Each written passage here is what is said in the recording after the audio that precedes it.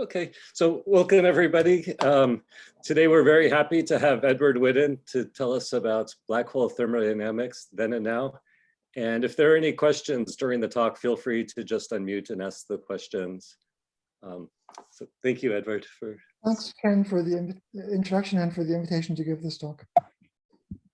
So the first part of the talk will be a review of the high points of black hole thermodynamics as it developed in the 70s. But the real point of giving the talk is to provide an introduction to the new perspective that developed in roughly the last 15 years. So I won't explain all the high points. I'll just explain enough to make the talk coherent. I discovered, though, when I prepared this talk, it didn't work as well as hoped.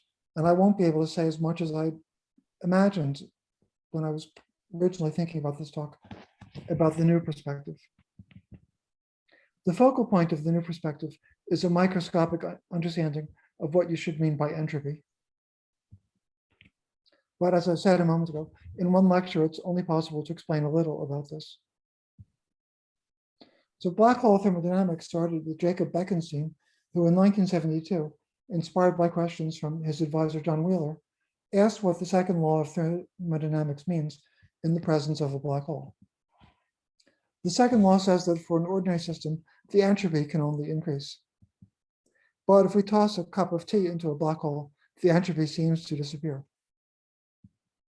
Beckenstein wanted to generalize the concept of entropy so that the second law would hold even in the presence of a black hole. So for this, he wanted to assign an entropy to the black hole. Well, the entropy of a black hole, if there's going to be a second law, should be a property that can only increase.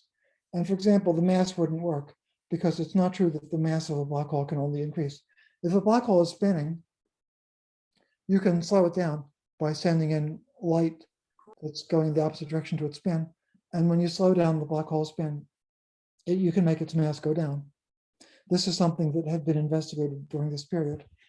And this rule, and then in more detail, Hawking had shown that although the mass, it's not true that the mass always increases, there is a property of the black hole that does always increase. So what always increases is the area of the black hole horizon. Stephen Hawking had just proved the area theorem that says that the area of the horizon of a black hole can only increase. So it was fairly natural for Beckenstein to propose that the entropy of a black hole would be a multiple of the horizon area. For example, here's the metric of a short-chilled black hole of mass m. The horizon is at r equals 2 gm. This is in units where the speed of light is 1. And the horizon area is 4 pi r squared, which is 16 pi g squared m squared. Now, since entropy is dimensionless, if the entropy of a black hole is going to be a multiple of its area, we need a constant of proportionality with dimensions of area. From the fundamental constants h bar c and Newton's constant g, you can make the Planck length and the Planck area L Planck squared. In units with c equals 1, Beckenstein's formula for the entropy was this one, where the constant 1/4 was not clear in Beckenstein's work and was provided a few years later by Stephen Hawking in a way that I'll explain. Now, I often said h bar to 1, but I've included it here because the fact that the formula is proportional to 1 over h bar helps explain why black hole entropy is so big. So, for example, a black hole with the mass of the sun has an entropy that's something like 10 to the 20 times bigger than the entropy of the actual sun. And that's because, in ordinary terms, 1 over h bar is very big. Now, you could, another important fact is this. Beckenstein said that the black hole is proportional to the area, but you could have asked, why isn't it the area cubed? Well, precisely because the black hole is the area, the formula gives the -1 power of h bar rather than something else. And later work showed that that was necessary in order for the formula to make sense. Well, Beckenstein's idea was that the entropy of a black hole, in some sense, captures the information lost when the black hole formed. He interpreted it as the logarithm of the number of possible ways to form the black hole. And he proposed a generalized second law saying that the quantity that should always increase is the area of the black hole over 4gh bar plus the outside entropy, where S out is the ordinary entropy of matter on radiation outside the black hole.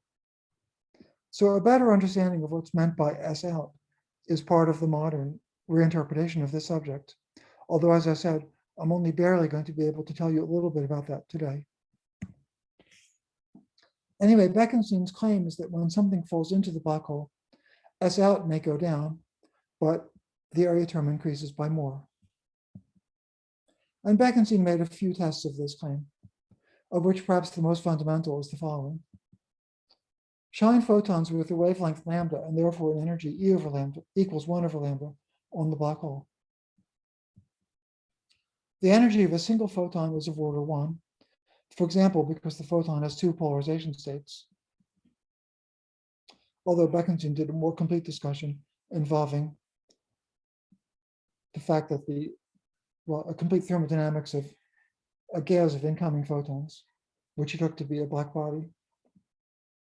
Anyway, the entropy is roughly of order 1.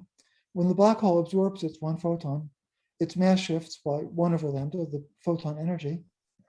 So its entropy, which was 4 pi g m squared, shifts by 4 pi g times the change in m squared. And since if the photon has an energy much less than m, then the change is approximately 8 pi g times m over lambda. That's the change in the black hole entropy. Well, the outside entropy went down by an amount of order 1. So Beckenstein wanted this quantity to be always much bigger than 1.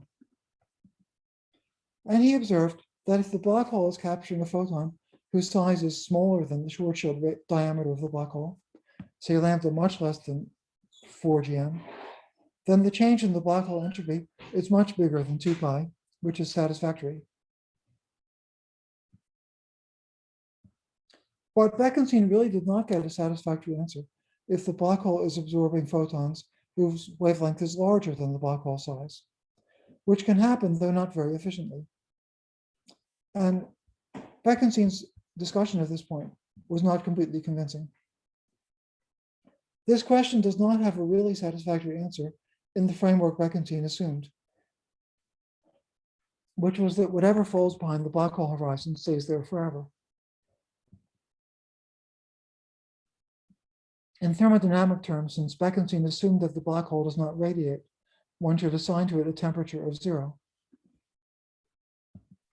Thermodynamics says that at equilibrium, the change in energy E and entropy S are related by dE equals TdS, or ds equals dE over T.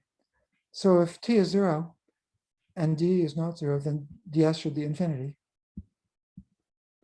But Beckenstein wanted to attribute a finite, not infinite entropy to the black hole. So that was problematical, and it kept him from getting a completely sensible answer for the interaction of the black hole with very, very long wavelength photons. From a modern perspective, we'd say that you can't analyze the absorption of very long wavelength photons by the black hole while ignoring the fact that the black hole is strongly emitting such photons. Famously, Stephen Hawking discovered a couple of years later that at the quantum level, a black hole is not really black. It has a temperature proportional to h bar. Hawking discovered this by analyzing the behavior of quantum fields in the black hole horizon. So what I've drawn here is the Penrose diagram of a short, spherically symmetric or Schwarzschild black hole. I'll have to assume that you have some basic familiarity with Penrose diagrams. So in this diagram, what's depicted is the distance from the center of the black hole and also the time.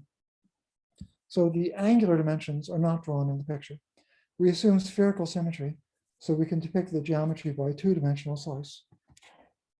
But we also make an important innovation due to Penrose, which is to show only the causal relations. So this diagram is conformally equivalent to a diagram that would depict the 2-dimension space and time. So in this diagram, a light ray is at a 45-degree angle. So past null infinity is this outer black line. Future null infinity is this other black line. They're meant to be at pi over 2 angles to the vertical. The horizon of the black hole is another line at a pi over 2 angle to the vertical. So matter from outside the horizon, down here, can communicate to future infinity by sending a light signal that at a pi/2 angle reaches future infinity.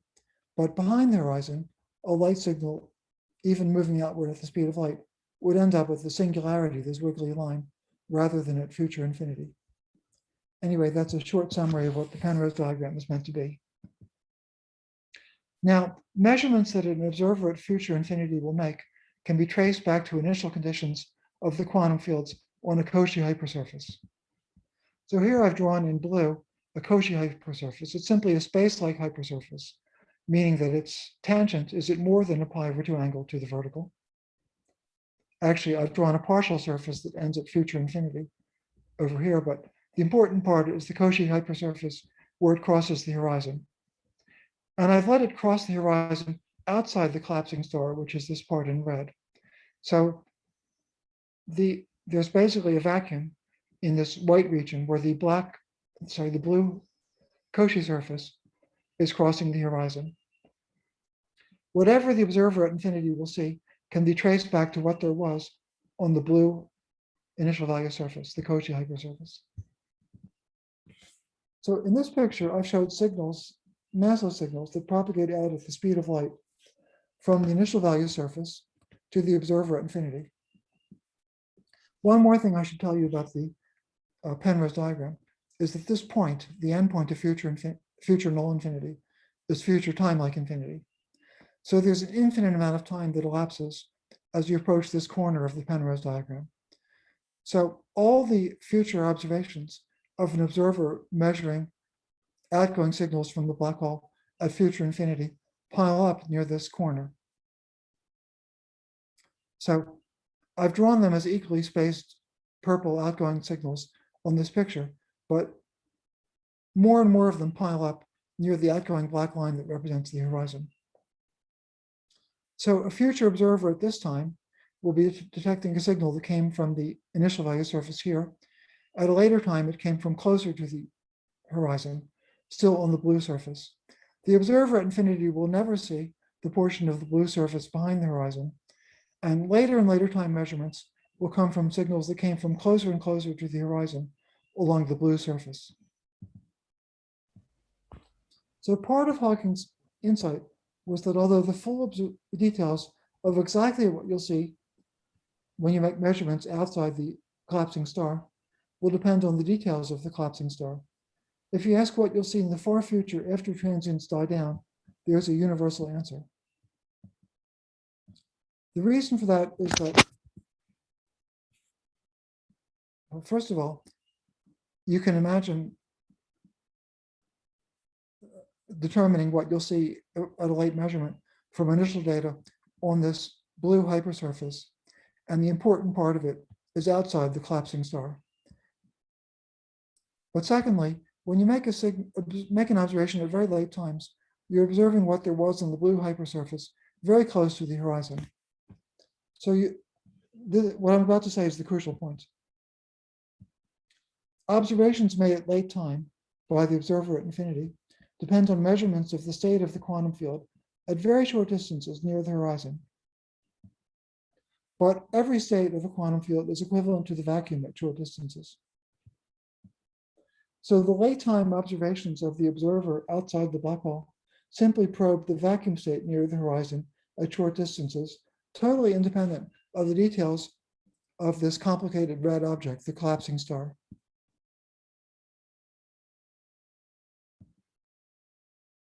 So that's why Hawking got a universal answer for the late time behavior, regardless of exactly how the black hole formed. Now, I've drawn another picture, which I've now drawn in red, the important part of the initial value surface. And the part which is outside, but very near the horizon. And on the far future, on this future null infinity, I've written a time coordinate t. It actually blows up as you approach this corner where the horizon meets the future null infinity. And I'll be explaining in a second how t blows up near that corner. U is any coordinate that is a good parameter on the initial value surface near the horizon. So T is what's called Schwarzschild time.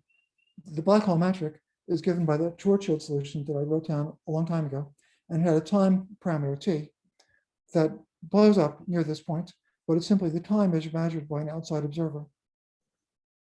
The relation between a good coordinate that vanishes on the horizon and has a non-zero derivative near the horizon, so it's a good parameter measuring how far you are from the horizon, and T measured at infinity is that T is 4gm times the log of 1 over u, plus a constant that depends on how u is defined, plus a correction of order u. You find this formula simply by solving the geodesic equation in the Schwarzschild metric for an outgoing null geodesic. So I didn't tell you how to normalize u. If you rescale u, that'll add a constant to the logarithm, so it will shift this constant C0, and it will be equivalent to adding a constant to the time at which you make your measurements. If you make a nonlinear change of u, that'll affect t by an amount that will vanish for u going to 0. In fact, it will vanish exponentially, I think. So the only important part of the formula will be this part, and that is totally independent of exactly what parameter you use to measure the distance from the horizon.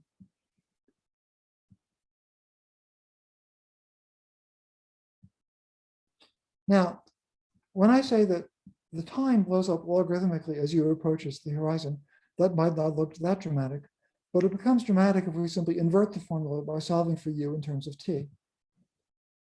Inverting, we find that u is a constant times the exponential of minus t over 4gm. And that means that at late times, u is exponentially small. And du dt is also exponentially small. So a mode observed at infinity will have undergone an exponentially large redshift on its way. Now, what is meant by late time? Take a black hole with the mass of the sun. Well, 4gm corresponds to a time of milliseconds, a few microseconds. So if the time is just a millisecond, then u is the exponential of minus 100.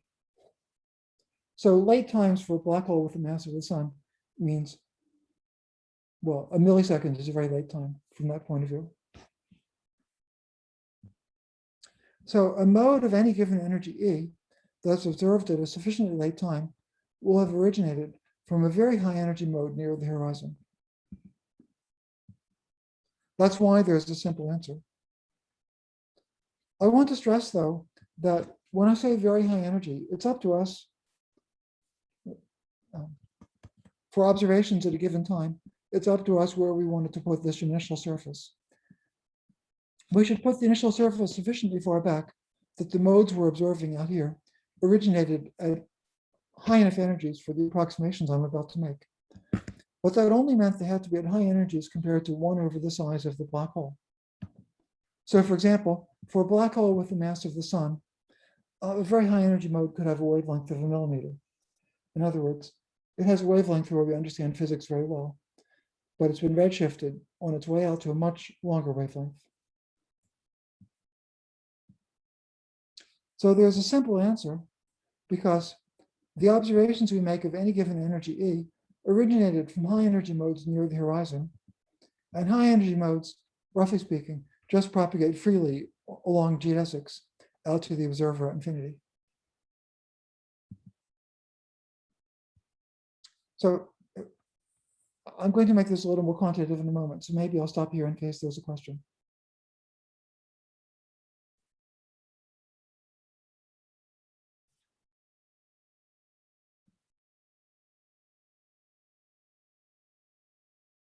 Well, what does the observer at infinity measure? The observer at infinity probes the radiation by measuring a quantum field psi of t. A typical observable might be measured as a 2-point function, psi of t prime, in the state of the radiation. Now, okay, remember we're assuming spherical symmetry, and with spherical symmetry we can study one partial wave at a time. So each partial wave is described by a 1 + 1 dimensional quantum field. It'll be a massless quantum field because we're well, it's much simpler to this calculation for the massless radiation, and the answer shows that mainly massless radiation is important. So psi is a massless quantum field in a 1+1 dimensional sense. And the simplest case is that psi is a free fermion of dimension 1/2. So that would mean that in the vacuum, where I probe the vacuum by spatial coordinate, in the coordinate u, we can assume that the field was in the vacuum because it's being probed at very small distances. The 2-point function of a free fermion in the vacuum is given by this simple formula with the famous 1/u minus u prime singularity. The observer at infinity is simply measuring the 2-point function of the field near the horizon, but in the coordinate t instead of u. So we solve for u by u equals c1 times e to the minus t over 4gm. And we simply convert this formula for the 2-point function in the u coordinate to a formula for the 2-point function in the t coordinate. And the answer we get is this one.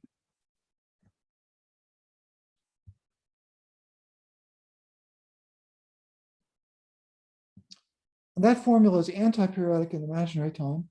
It's odd under t being shifted by 8 pi gm times the square root of -1. And anti-periodicity in imaginary time, well, anti-periodic because I assumed a fermion. For boson, it would have been periodic. Periodicity or anti-periodicity in imaginary time is the hallmark of a thermal correlation function. So the anti-periodicity corresponds to a thermal correlation function at a temperature called the Hawking temperature, which is 1/8 pi gm, the periodicity in imaginary time. That's the Hawking temperature. In other words, a black hole, after transients that depend on how it was created die down, radiates thermally at a temperature, the Hawking temperature, 1/8 pi gm. That explains why Beckenstein had trouble making sense of the interaction of the black hole with very low energy photons. This is the temperature that corresponds to the energy of a photon whose interactions with the black hole Beckenstein couldn't make sense out of. We can also now confirm the value of the entropy using dE equals TdS, where E is the black hole mass, m, well, E is mc squared, but we said c to 1. So E is the black hole mass, and the temperature is the Hawking temperature. We learned that ds is 8 pi gm dm. So with the integration constant that the entropy is 0 if the mass is 0, we learned that the entropy is 4 pi gm squared. The area of a short-shell black hole was 16 pi g squared m squared. So the entropy is A over 4g, which is Beckenstein's formula, except that we now know the constant 1/4.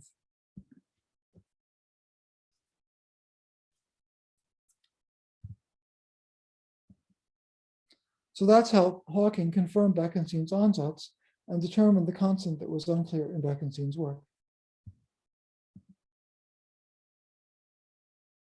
Now, ever since this, many researchers have thought that somehow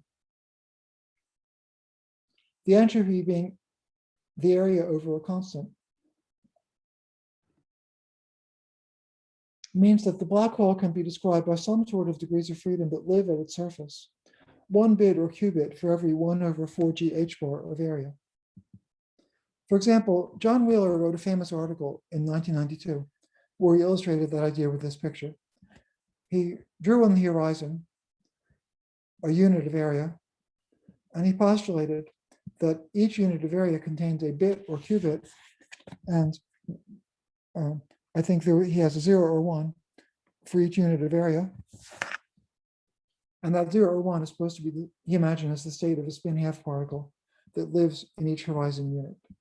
Now, of course, like a map of the sphere, this one has trouble near the south and north poles. And that reminds us we're not meant to take the picture quite as literally as that. But the idea is that somehow there's 1 bit or qubit for every 4g h-bar of area. I took this from a famous article Wheeler published in 1992, but I suspect he'd been drawing this picture for 20 years, ever since Beckenstein's paper. Now, a fundamental point about Hawking radiation is that the radiation appears to be thermal, even though the black hole could have formed from a pure state. The reason this happens is that the distant observer was observing what there is on the initial value surface only outside the horizon. So at short distances, we assumed the state was the vacuum. The vacuum is a pure state. But the distant observer probed the vacuum only in part of the initial value surface. The initial value is the part outside the horizon. So the essence of the matter is that if you probe the vacuum of a quantum field only in half of space, you see an apparently thermal state. So here I've drawn a different picture where I'm drawing space only. I've labeled the coordinate as x. So at time 0, we have a quantum field that lives on a line parameterized by x. I've drawn in black the positive x part that we suppose we can observe, and a thinner line for the negative x part that we're not going to observe. We're going to look more carefully at what happens if we observe a quantum field only in half of space. So we'll think of the state of a quantum field. I'll call the quantum field phi of x. Now it will be a boson field.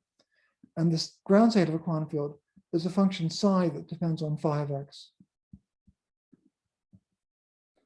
And we'll think of phi of x as a pair, phi left and phi right, where phi left is defined on the left half of the line, and phi right is defined on the right half. And we're going to ignore any constraint having to do with whether phi left and phi right are supposed to agree at x equals 0. So we'll think of the ground state as a function psi that depends on phi left and phi right.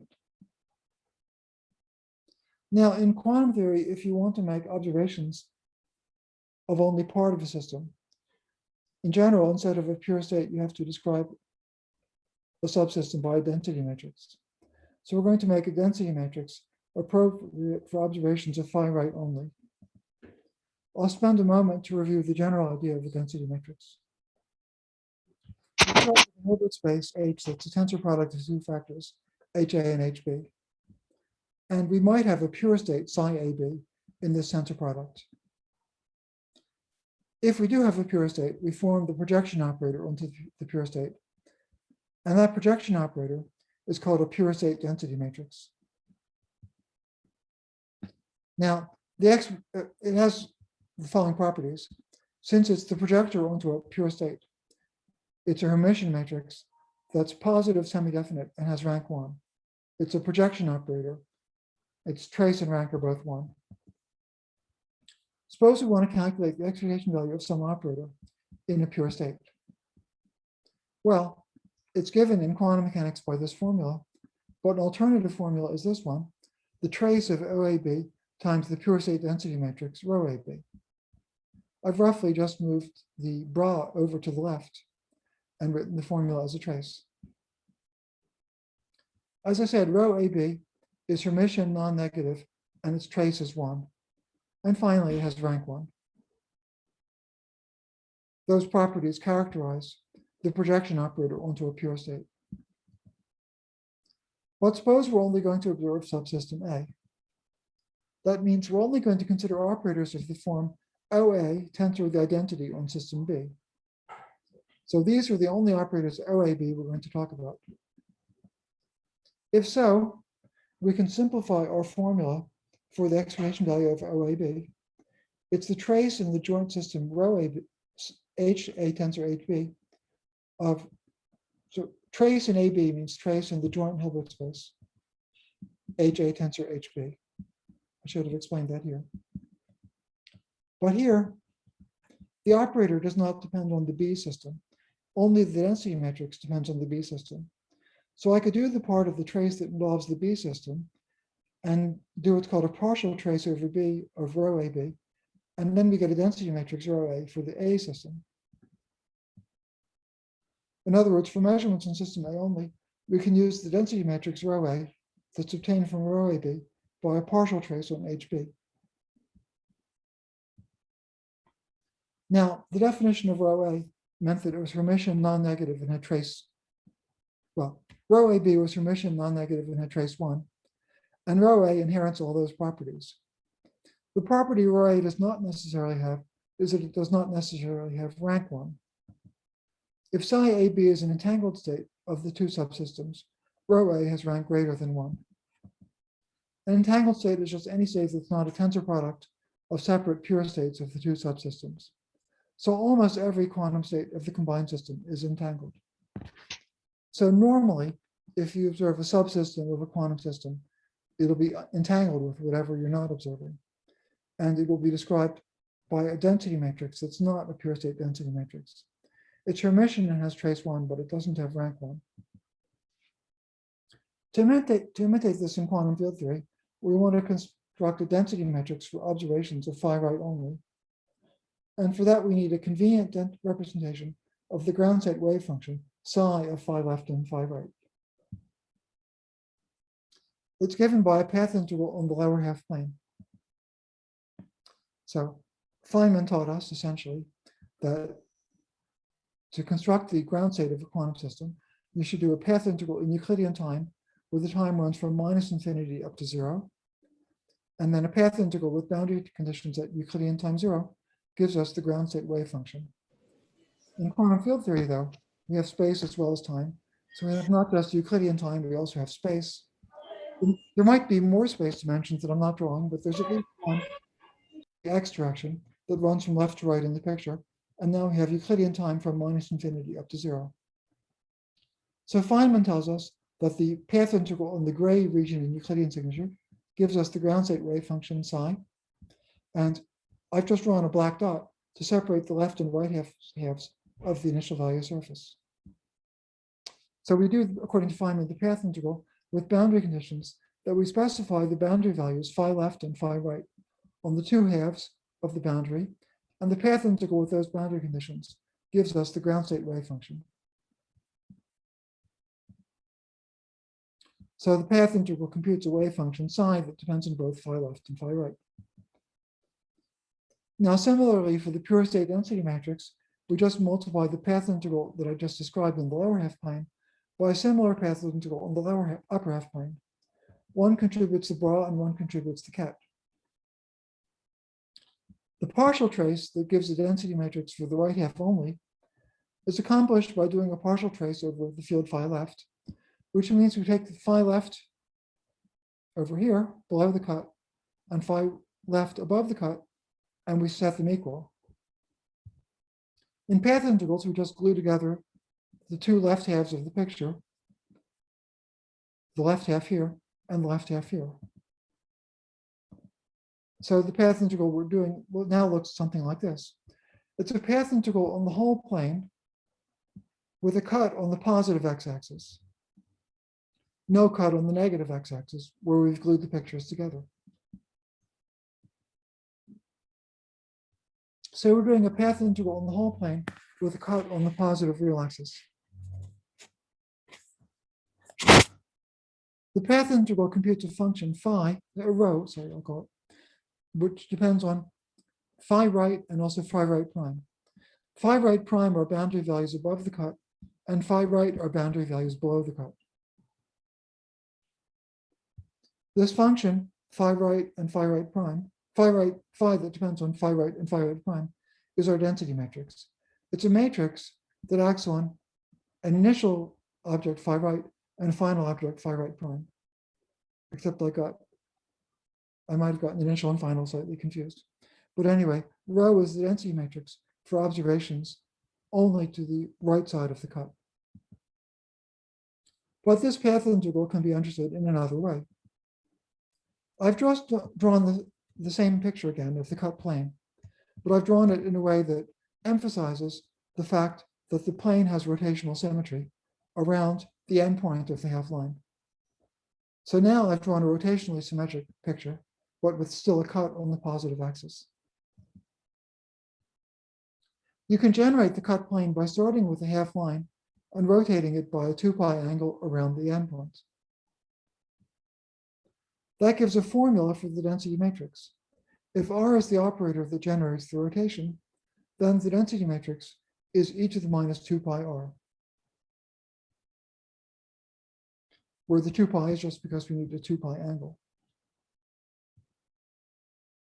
It's useful to write this formula in Lorentz signature.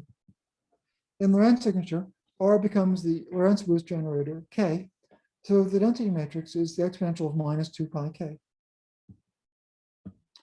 But since rho is a density matrix acting on a state defined only on the positive half space, say positive x, likewise here k is a Lorentz boost generator that boosts states at positive x and doesn't do anything at negative x where we're not making observations.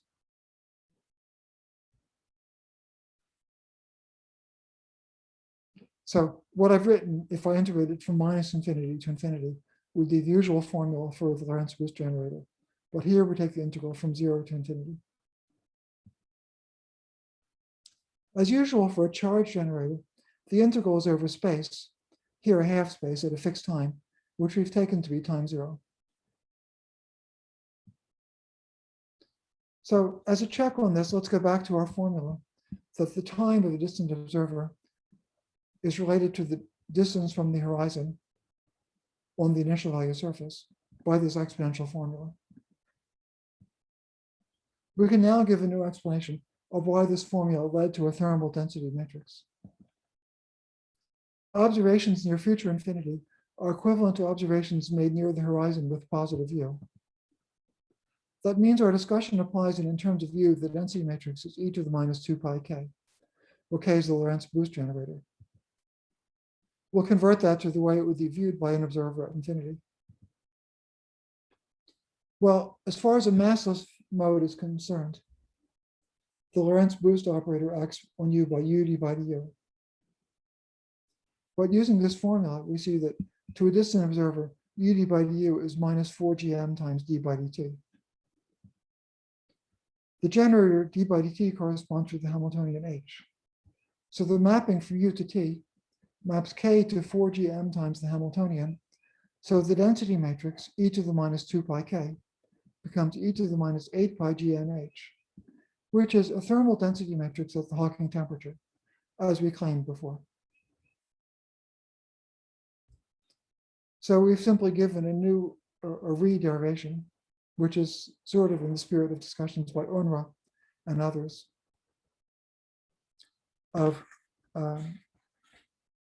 why the distant observer sees thermal physics at the Hawking temperature.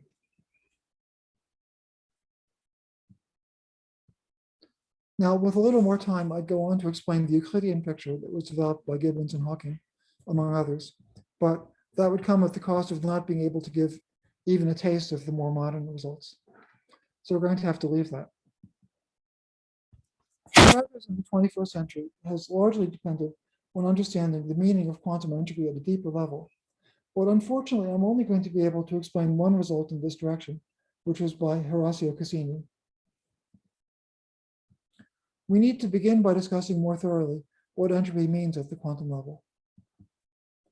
The original definition of entropy in terms of microphysics by Boltzmann in the 19th century. Consider a system with n particles in a box with positions x and momenta p.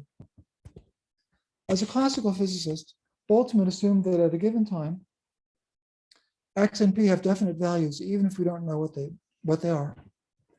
He described our knowledge by a probability distribution function, rho of p and x, and with great labor, defined the entropy as the phase space integral of minus rho log rho. Now, for a quantum system, the density matrix, which we introduced earlier, is the closest analog of the classical probability distribution function. Recall that if a system is described by a density matrix rho, the expectation value of an observable is the trace of O times rho. After diagonalizing the Hermitian matrix rho with eigenvalues lambda j for some lambdas, we have that O is the sum of lambda I times O sub II, as if the system is in state I with probability lambda I. That interpretation makes sense because rho is non-negative and its trace is 1. So the lambdas are non-negative and their sum is 1. So we can interpret the lambdas as probabilities. So since rho corresponds to Boltzmann's probability distribution, the quantum analog of Boltzmann's integral is the von Neumann entropy of the density matrix. In the classical limit, the von Neumann entropy goes over to the classical entropy times a constant that's poorly defined classically. Boltzmann had a problem, which was that dp dx isn't dimensionless. It has dimensions of action. So the formula doesn't make sense unless you supply a constant, which in classical physics is artificial. But the quantum formula is completely well-defined. And when you take the classical limit, it gives a well-defined version of Boltzmann's integral, with the constant being 2 pi h bar. So the von Neumann formula goes over to the classical answer, but also makes sense of the classical answer in a way that troubled classical physicists. If the eigenvalues of rho are the lambdas, S is minus the sum of lambda log lambda. So if the state of a system is known with certainty, that means one of the lambdas is 1 and the others are 0. So, or in other words, rho has rank 1, then the entropy is 0. Otherwise, every non-zero lambda makes a positive contribution, and S is strictly positive. If a system is entangled with something else, then rho has rank greater than 1 and S is positive. But there's a fundamental difference between the classical and quantum cases. Classically, one assumes X and P have definite values, and one's describing a system by a distribution function because of a lack of microscopic knowledge. Quantum mechanically, a system can have a microscopic or fine-grained entropy, even if we have as full a description of its state as quantum mechanics allows. That happens because of entanglements. Let A and B be two quantum systems in an overall pure state psi AB. If psi AB is entangled, then the density matrix rho A of system A has rank greater than 1, and system A has a positive von Neumann entropy. If A and B are entangled, that can be verified experimentally, and there's no way to describe system A by a pure state density matrix with 0 entropy. So this is an inescapable entropy, even if you know the state of system A as well as quantum mechanics would allow. Of course, in general, just as classically, we might know less than quantum mechanics would allow. In that case, we describe a system by density matrix rho that reflects our knowledge. For example, if we know nothing about the state of a system, we could take rho to be a multiple of the identity, even though someone else who knows how it was prepared might describe it by a pure state. If we know nothing about a system except its temperature, we'd use a thermal density matrix. In such a system, the von Neumann entropy is the thermodynamic entropy, a familiar classical concept. What's different about quantum mechanics is the entropy that remains, even if our knowledge is as complete as quantum mechanics allows. That's been called entanglement entropy and also fine-grained entropy. The idea that the Beckenstein-Hawking entropy of a black hole should be understood as entanglement entropy was apparently first put forward by Raphael Sorkin in a paper that initially attracted only modest attention. The idea was the following. In quantum field theory, divide space into two regions, A and B. Let psi be the vacuum state, and let rho A be the reduced density matrix of the vacuum for system psi. You can try to calculate the fine-grained entropy psi A, the entropy of an observer who only has access to region A. Sorkin showed that it's ultraviolet divergence, but the coefficient of the divergence is proportional to the area A of the boundary between regions A and B. His idea in modern language was that somehow gravity cuts off the divergence, leaving an entanglement entropy that's still proportional to the area, but now with a finite constant, 1 over 4 GH bar. So in flat space quantum field theory, which means you take G to 0, the coefficient is infinity, but with non-zero G, it's supposed to be finite. That makes a lot of sense as it matches two ideas. A over 4G is the irreducible entropy for someone who has access only to the region outside the horizon. That's Beckenstein's idea. But 2, the divergence in the entanglement entropy is proportional to the area, as Sorkin showed. It comes from short wavelength modes near the horizon, as if after cutting off the divergence, the density of quantum degrees of freedom on the horizon is 1 over 4G, as in Wheeler's famous picture. Now, 21st century developments have supported the intuition in these statements, though leaving plenty of mysteries. I'll use the remaining time to explain just one example where something really informative has been said, which depends on a better understanding of what we should mean by entropy. I'm not sure how long this talk is supposed to be. I'm probably exceeding. And possibly I'm rushing too much and trying not to exceed the plan by too much. I hope I haven't rushed too much as to be understandable. Anyway, I'll use the remaining time to explain one of the modern developments. But it involved a question that goes back to the older period. Beckenstein, well, 8 years after his first paper, he reconsidered the generalized second law, assuming that a black hole of mass m and radius 2 gm absorbs a body of size curly r with energy E and entropy S. The entropy S of the body disappears, so the generalized second law says the increase in black hole entropy should be more than that. The black hole entropy A over 4G changes, as we actually computed near the beginning of this talk, by 8 pi GME. We therefore would like 8 pi GME to be bigger than the entropy of the body if a black hole can absorb the given body. Now, if you naively say that a black hole of size 2 GM can absorb a body of size R only if R is less than 2 GM, then the desired inequality becomes 4 pi times the size of the body times the energy of the body should be bigger than its entropy. And notice that this formula makes no mention of gravity or Newton's constant. It's potentially just a statement about ordinary quantum physics without gravity. Now, Beckenstein's argument was much more elaborate, and he considered a rotating black hole and so on. And he gave a somewhat more convincing explanation with better constants. For our purposes, we'll just take the Beckenstein bound to be the statement that in quantum field theory without gravity, there's a universal inequality relating energy E, size curly r, and entropy S of any system with a universal constant K. And this is supposed to be a statement in ordinary quantum field theory without gravity,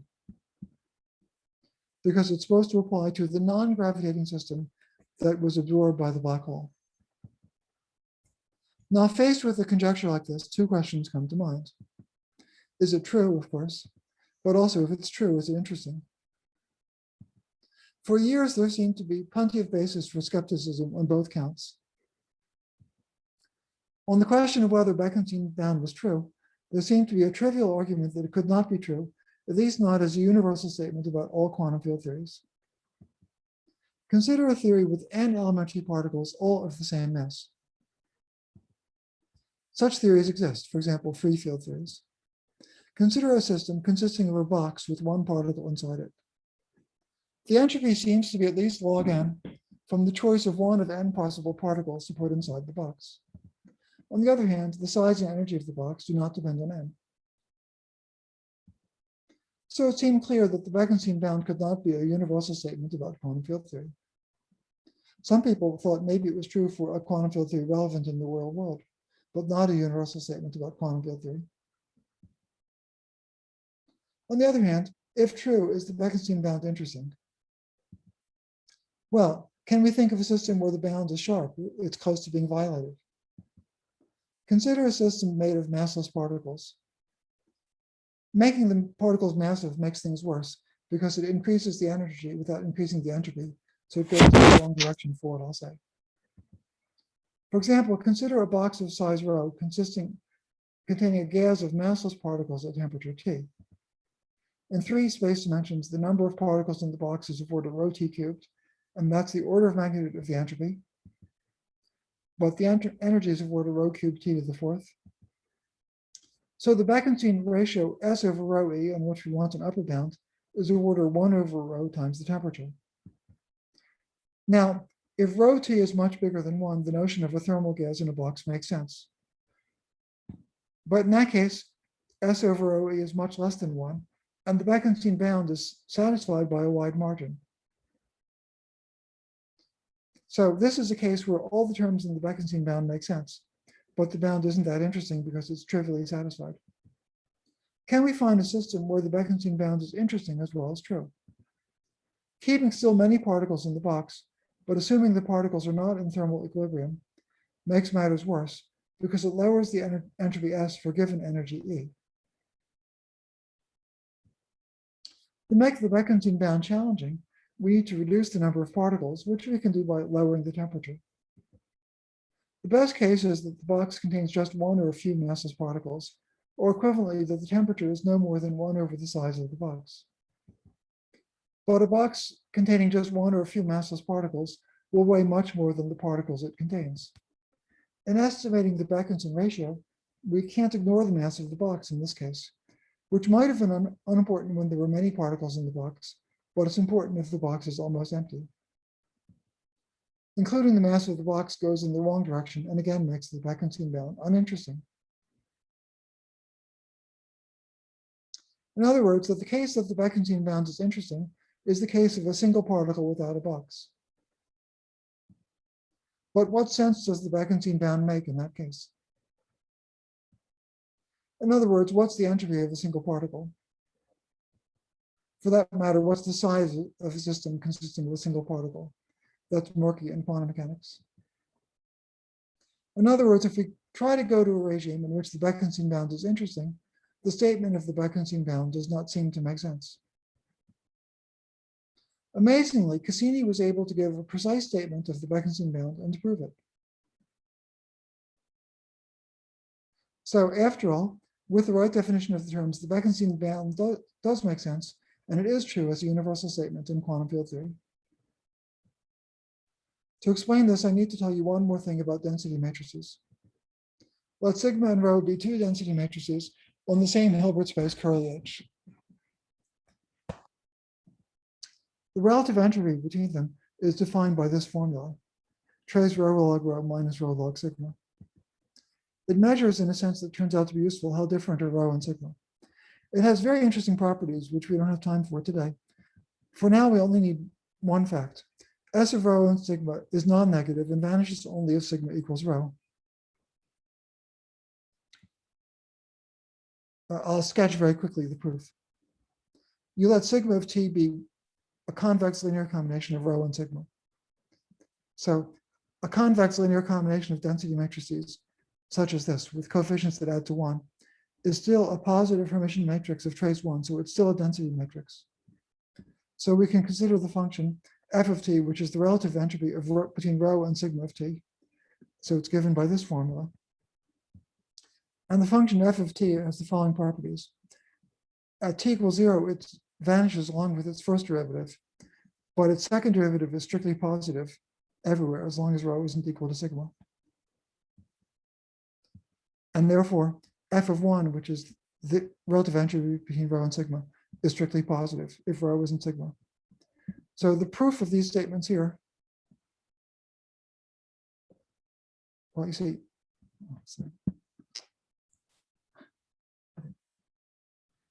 sigma of t is given by an explicit formula as a function of t. So f of t is like so, whereas sigma of t is just given like so. And so you could try to differentiate with respect to t. The only trouble is that because rho and sigma don't commute, it's slightly subtle to calculate these derivatives. I strongly recommend doing it if you aren't familiar with what I'm telling on this slide before. And if you do want to do it, I've given you an easy way to do it. If you use this formula for log sigma of t, you'll find it easy to calculate the derivatives. And then you can easily prove all the statements I made. I won't do the derivatives for you, but with this hint, you should not find it difficult. So we have this universal statement that for any two density matrices, the relative entropy is positive. So Cassini considered the two states, the vacuum state of an arbitrary quantum field theory and any other state psi. He wanted to prove that the Beckenstein bound is true for the state psi with the correct interpretation of the terms. So first, he divided space into the two halves, positive x and negative x, where x is one of the spatial coordinates. So the corresponding division of space-time looks like this in the two-dimensional picture, while I will show only x and the time t. So at time 0, positive region A would be a half line. But now we take the domain of dependence of that half line, which is called a Rindler wedge A.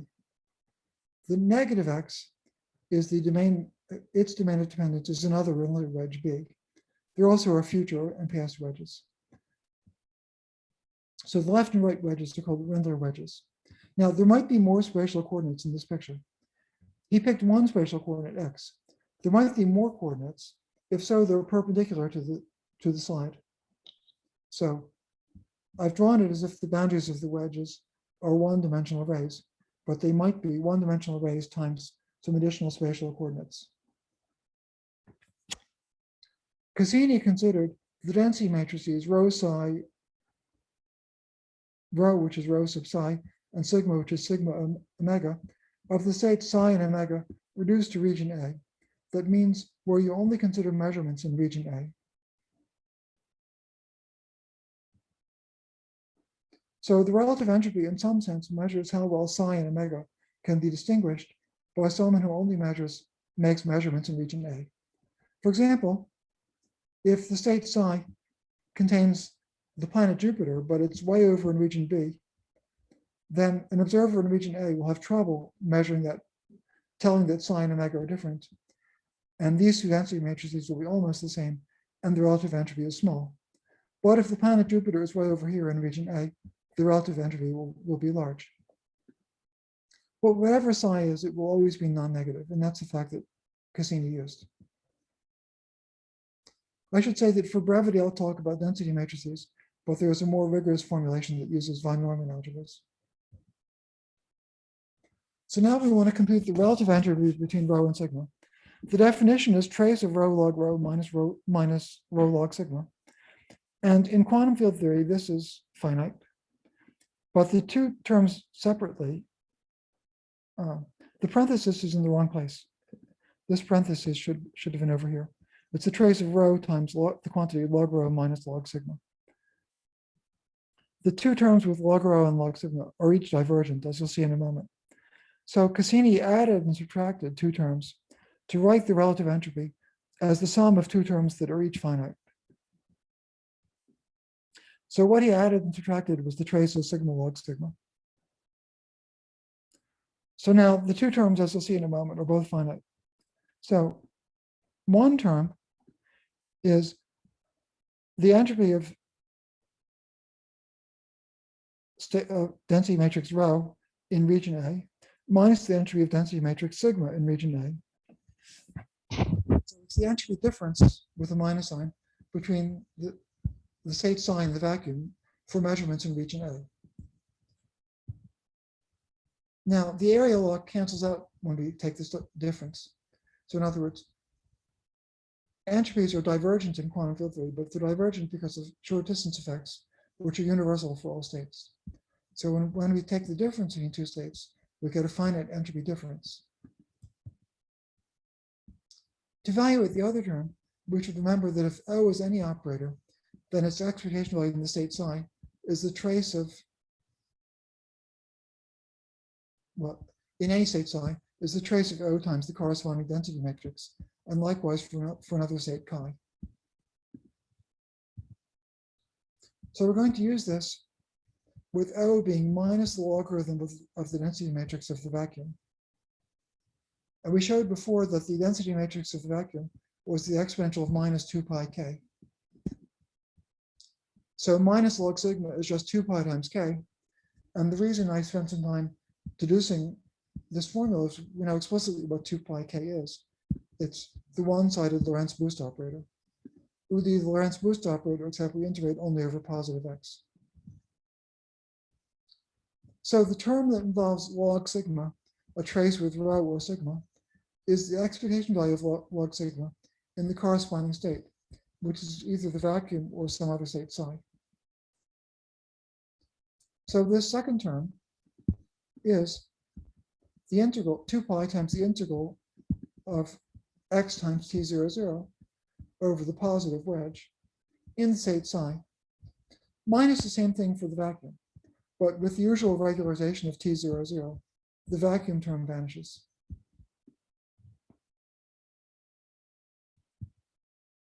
So now let's define curly E to be the expectation value of the one-sided boost operator in the state psi. Cassini's insight is that if psi is a quantum state that describes a system that intuitively is localized almost entirely in the region A where x is positive, and if this system intuitively has size curly r and energy E, then curly E is at least E times curly R. So he proposed to use curly E, which is rigorously defined for all quantum states, as this replacement of Beckenstein's heuristic E times curly R. And he proposed that delta S, the difference in entanglement entropies between the state psi and the vacuum state omega, should stand in for the heuristic S in the Beckenstein proposal. Positivity of relative entropy says that curly E is equal to or bigger than delta S over 2 pi, with equality only if psi equals omega. And that's Cassini's rigorous version of the Beckenstein bound, valid for all quantum states. And to emphasize that this formula extends the applicability of Beckenstein's bound way beyond the region where any semi-classical region is valid, I would like to mention that it's possible for both the left and right-hand sides of the formula to be negative, but nevertheless, the left-hand side is bounded below by the right-hand side. In conclusion, what I did in this talk was to review some of the early developments in black hole thermodynamics from the 70s and try to give you at least a taste of how in modern times much more insight has come from understanding quantum entropy in a way that makes sense for all states, whether thermodynamics is valid or not. Unfortunately, I was only able to explain one modern development, which was the Cassini's interpretation and proof of the Beckenstein bound. There are many, many others. Given more time, I'd have continued with topics such as Ehrenwall's proof of the generalized second law, the Ryu-Takanagi formula, entanglement wedge reconstruction, and the role of quantum error correction in holography, and really many, many others. But anyway, what we had time for was one result of a modern flavor. Thank you. I'll say finally in conclusion, I've chosen this topic because I think the modern developments are genuinely very exciting and probably pointing towards something very, very new. And I hope I've at least conveyed a little bit of the excitement in this lecture. Thank you. Thank you, Edward, for the beautiful seminar. Let's see, I see there's a question or hand raised by Jin Zhao Wang. Yes, thank you for the talk. We know that in quantum field theory, relative entropies, or more generally, Renyi divergences, they are better defined than entropy itself. So in light of this Cassini's result, and also Aaron's proof of generalized second law, and also the proof of, say, the average non-energy condition, do you think it is the case that if we would like to make a rigorous statement about entropy in quantum field theory, then we have to phrase the claim in terms of relative entropy? I'm not sure. I'm skeptical that all true statements. There's much more that is true than has rigorous proofs at the moment. So relative entropy is a combination from which the ultraviolet divergence cancels. Right. But there are other quantities where the ultraviolet divergence also cancels, even though it can't be explained just with relative entropy. For example, something else I didn't have time to explain was Cassini and Muerto gave a very beautiful proof of the C theorem using entropy, and they even generalized it to 3 and 4 dimensions. And in 3 dimensions, to this day, the only known proof of the C theorem uses entropy. And it uses considerations that to physicists are convincing, but they're not mathematically rigorous at present because they can't be phrased in a known fashion in terms of relative entropy.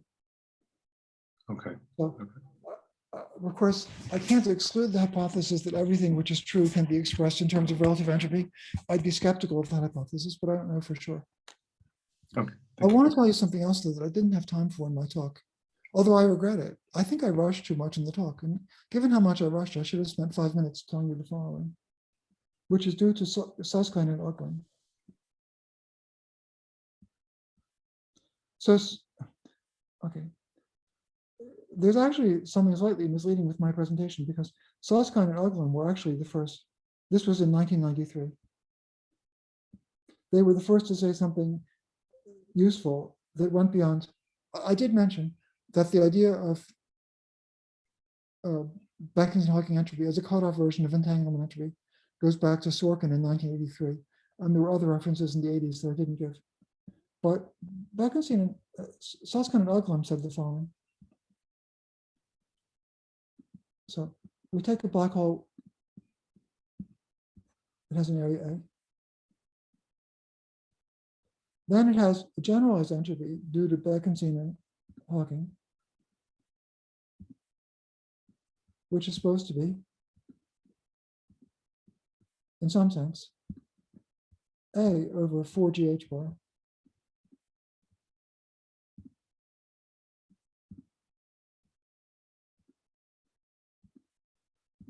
plus S out. Now, Beckenstein, Hawking, and everybody else before Sorkin had understood S out as thermodynamic entropy, or whatever we think entropy is according to textbooks. It makes sense sometimes, but doesn't make sense for all quantum states. For example, suppose the black hole is absorbing a single particle. What's meant by S out? Sorkin tried to give a definition of S out that made sense for all quantum states. He said it was the entanglement entropy of the region outside the black hole. But it's ultraviolet divergent.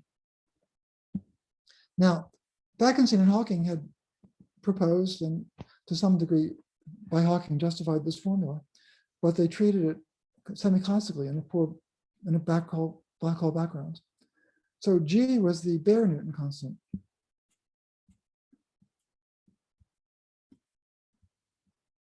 Sorry, but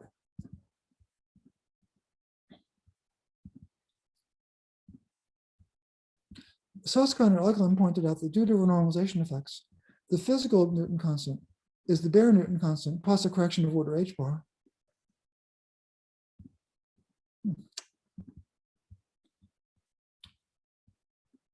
I'm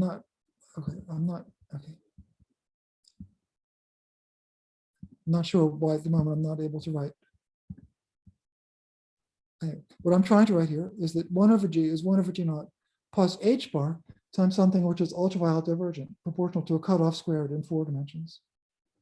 Now, S out is also ultraviolet divergent, proportional to a cutoff squared. The divergent part of S out is of order h bar to the 0. It comes from one loop effect.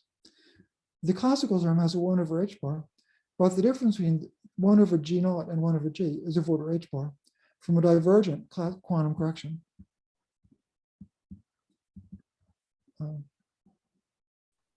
Yes, so this means maybe in quantum gravity, entropy can in the end be finite. Well, in some sense.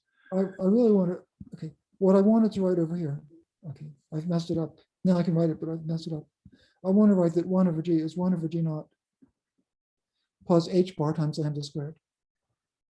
And Susskind and Uglum showed, very simply actually, that for the simplest one loop correction, the divergence in S out cancels the divergence in 1 over Newton's constant.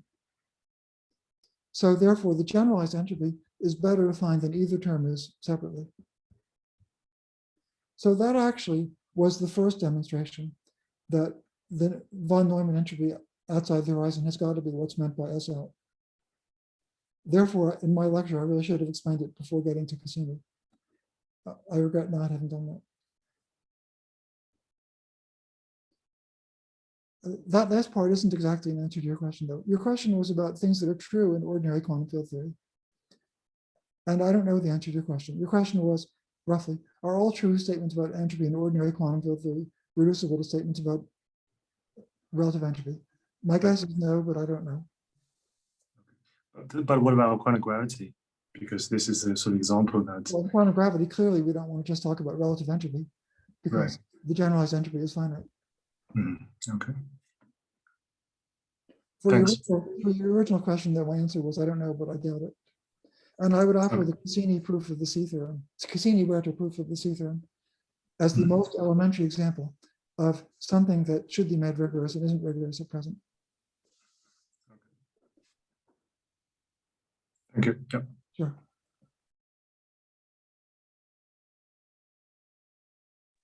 Let's see, I see there's a question from Greg Moore. In ordinary thermodynamics, the second law I thought was only true statistically. it's possible for all the atoms in a room to go into the perfume bottle and all. Wonderful question, Greg. Now, Beckenstein stated the generalized second law, which was that the generalized entropy is always increasing. Not just statistically, but absolutely. Well, we should ask to what extent it's true. And the answer was discovered by Aaron Wall in an incredibly beautiful paper, which belongs on the second sheet of my lecture. In a continuation of this lecture into the second sheet, I would have explained Aaron Wall's proof of the generalized second law in 2011. So he proved that S-gen is always increasing for an arbitrary quantum state around outside the black hole. If you interpret the entropy term in S out as the von Neumann entropy of the density matrix outside the black hole, then S-gen is always increasing. I see. Absolutely. Not just statistically. Absolutely. It's an incredible result. And it's not just incredible. There are two things about it. It's an incredible result. And it's incredible to me that it has less than 1,000 citations, but it only has about 110. And like I say, it's on the second sheet of this talk.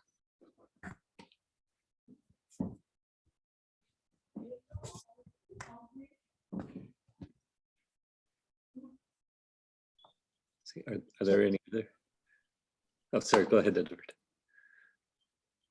Well, I would say that in Aaron Wall's proof, you need to know one more fact about relative entropy, which is that it's monotonic under partial trace, which is much deeper than the fact that Cassini used, which is that it's positive. So what Aaron Wall proved is that S-gen is a relative entropy between any given state restricted to the horizon feature of the cut and the Hartle-Hawking state in the same region. Well, that takes a long explanation.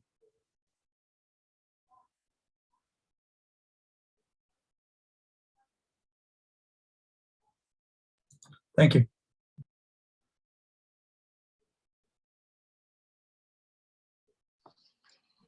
Are there any other questions or comments?